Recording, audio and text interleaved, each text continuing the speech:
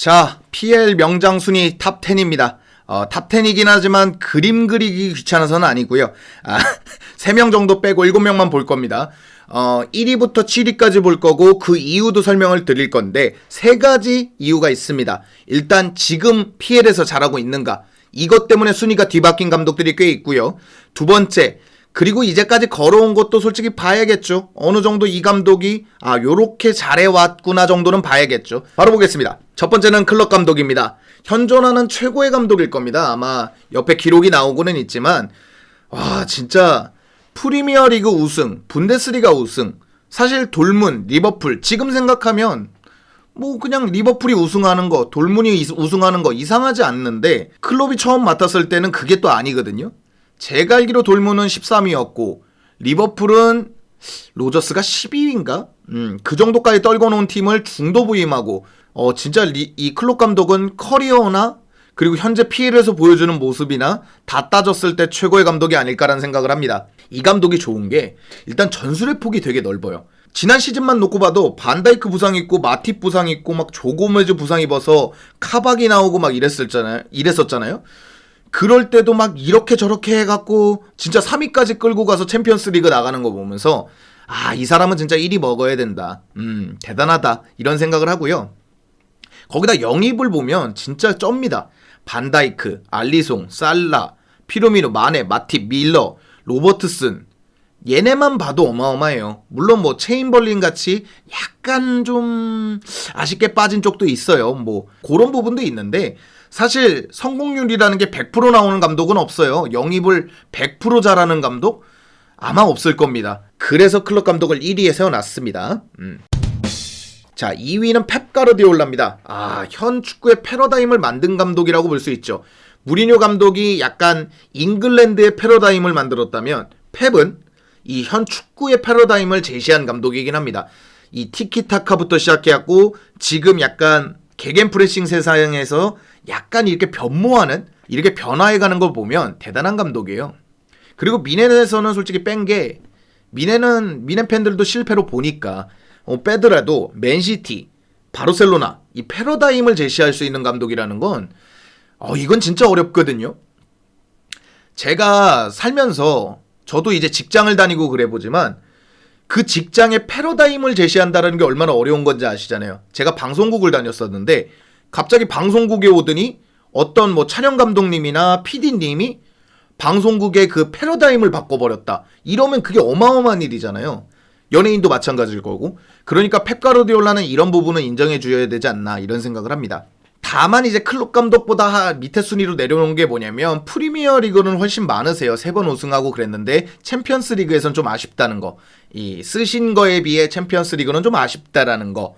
그리고 뭔가 잘 쓰는 선수와 못 쓰는 선수가 너무 극명하다라는 점.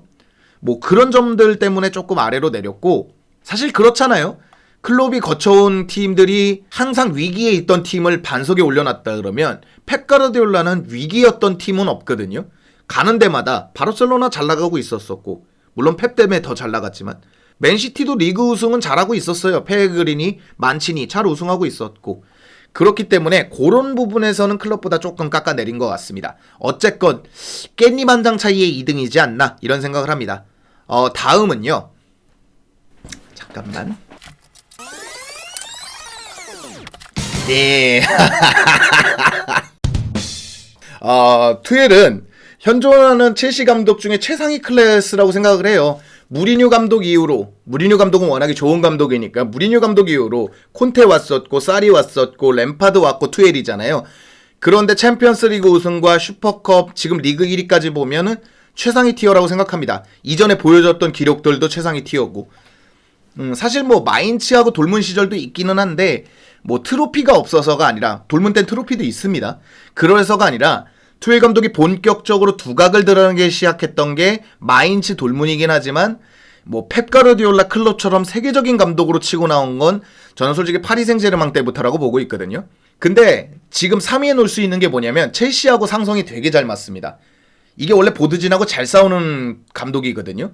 이 돌문 때도 얘기가 많았고 마인츠 때도 얘기가 많았고 파리 생제르맹 때는 대놓고 레오나르도 단장하고 싸웠으니까 근데 요즘엔 보드진하고 싸움이 없어요. 첼시에 와가지고 오히려 잘 지내고 있고, 거기에 원래 첼시는 스쿼드가 꽤 괜찮았습니다. 거기에 루카쿠 껴얹고 사울 일단 껴얹고 뭐 이런 식으로 해가지고 뭐 스쿼드도 나쁘지 않고, 거기다가 이제 구단이 9위로 떨어졌을 때 부임했는데 챔피언스 리그 우승, 슈퍼컵 우승, 지금 리그 1위. 다음 감독 미리 말하겠습니다. 4위에는 콘테를 세워놨는데 솔직히 3위에는 투엘이 올만하지 않나 이런 생각을 합니다.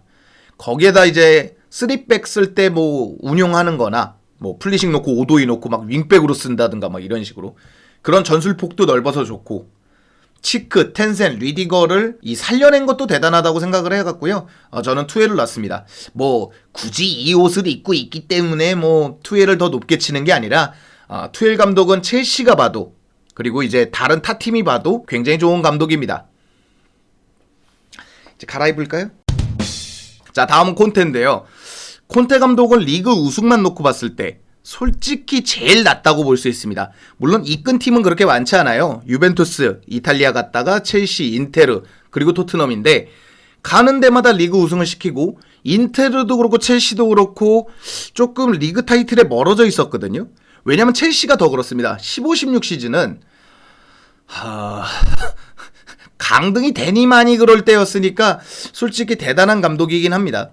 그런데 이게 챔스 우승이 조금 유벤투스로 8강까지 간 게 최고니까 그런 부분은 조금 아쉽긴 합니다. 그런 부분 때문에 4위까지 내려온 것 같아요.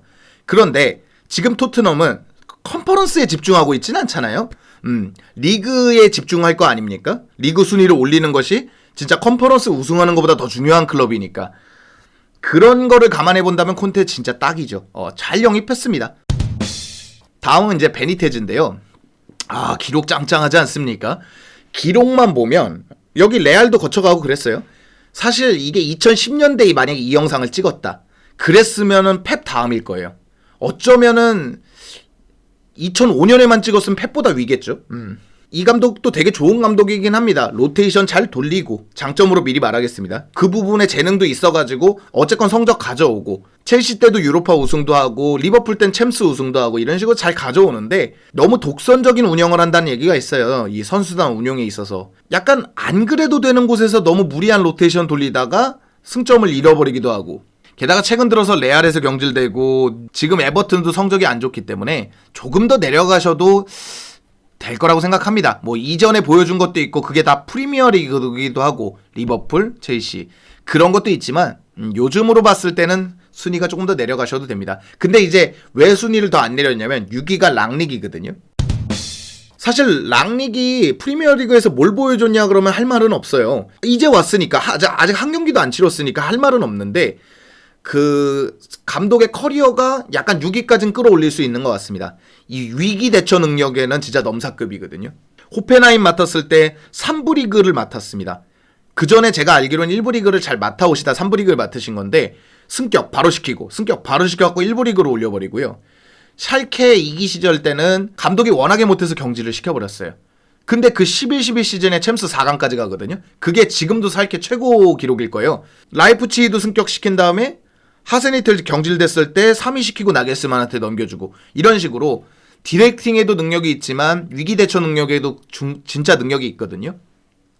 이런 커리어도 굉장히 좋고, 사실 비엘사도 전권을 원하기는 하지만 이 랑릭은 아예 여길 매니저링 하길 원하거든요. 그렇기 때문에 감독으로서도 능력이 있고 디렉팅으로도 능력이 있기 때문에 조금 더 윗순위를 받을 수도 있지만, 글쎄요, 그동안 이끌어왔던 팀을 봤을 때 투엘, 클롭, 콘테, 펩보다 좋은 클럽에 있으시진 않았어요. 지금 맨유가 최고 좋은 클럽이거든요.